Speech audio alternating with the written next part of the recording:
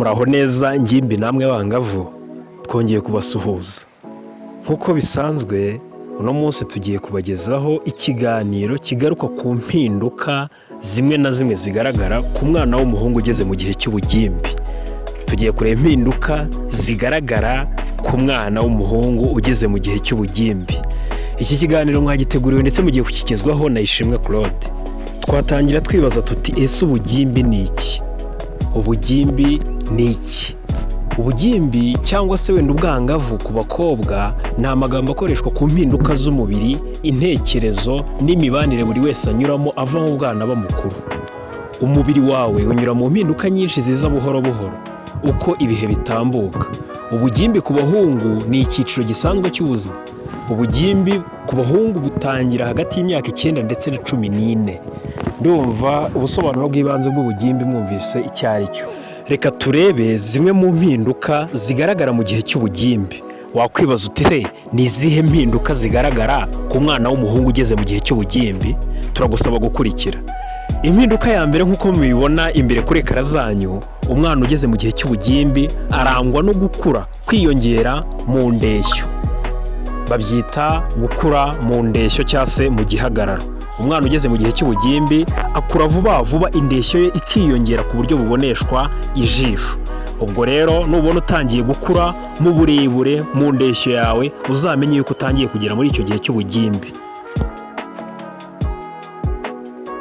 Indi mpinduka igaragara ndetse iboneka ku mwana ugeze mu gihe cy'ubugimbi w'umuhungu ndetse n'abakobwa bibabaho ni ukwiyongera mu buremere. Umwana w'umuhungu ugeze mu gihe cy'ubugimbi atangira kwiyongera mu buremere. Aha ni hahandi umwana w'umuhungu azajya ku munzani upima ibiro agasanga ibiro bye biri kugenda byiyongera. Ubwo rero bivuze ko kwiyongera mu buremere ni ikindi kintu kiranga umuhungu ugeze mu gihe cy'ubugimbi. Indi mpinduka igaragara ku muhungu ugeze mu gihe cy'ubugimbi ni ukwaguka kw'intugu ze. Ni ukwaguka kw'intugu z'umuhungu ugeze muri icyo gihe cy'ubugimbi. Nk'uko maze kubibabwira, umuhungu ugeze mu gihe cy'ubugimbi arangwa no kwaguka, aho intugu ze zikura zikaba ndende uvuye ku rutugu rumwe ujya ku rundi.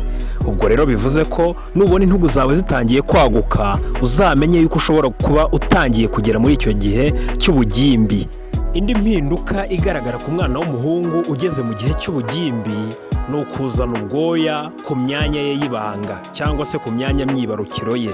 Nk'uko mbivuze, umwana w'umuhungu umaze kugera mu gihe cy'ubugimbi atangira kuzana utwoya ku myanya myibarukiro ye cyangwa se ku myanya ye y'ibanga. Utwo twoya mu kinyarwanda batwita insya. Si ibyo gusa kuko no mu kwaha kwe hatangira kumeramo twoya. Ubwo bwoya bumera mu kwaha nibwo mu kinyarwanda twita inshakwaha. Ubwo rero umuhungu ugeze mu gihe cy'ubugimbi atangira kumera inshakwaha mu kwaha kwe ndetse no kumera utwoya cyangwa se insya hejuru y'imyanya myibarukiro yiwe. Indi mpinduka tugiye gusorezaho igaragara ku mwana w'umuhungu ugeze mu gihe cy'ubugimbi ni ukwiroteraho. Wakwibaza uti se kwiroteraho ni iki? Kwiroteraho biba ku bagabo cyangwa abahungu mu gihe baryamye, amasohoro agasohoka mu gitsina bitunguranye. Byitwa kwiroteraho kuko iyo umuhungu abyutse asanga ibyo yiyoroshe cyangwa se ibyo yambaye byatose. Kwiroteraho ni ibintu bisanzwe kandi bikunda kubaho ku muhungu ugeze mu bugimbi cyangwa se umugabo umaze igihe adakora imibonano mpuzabitsina. Ubwo rero bishatse kuvuga ko umuhungu ugeze mu gihe cy'ubugimbi kimwe mu bintu bimuranga no kwiroteraho nabyo birimo. Turabashimiye cyane rero rubyiruko namwe bangavu mukurikira umuyoboro wacu, tunabashimira yuko mudukurikira kandi tubasaba gukora subscribe, like na share no kuzakurikira ibiganiro byacu by'ubutaha.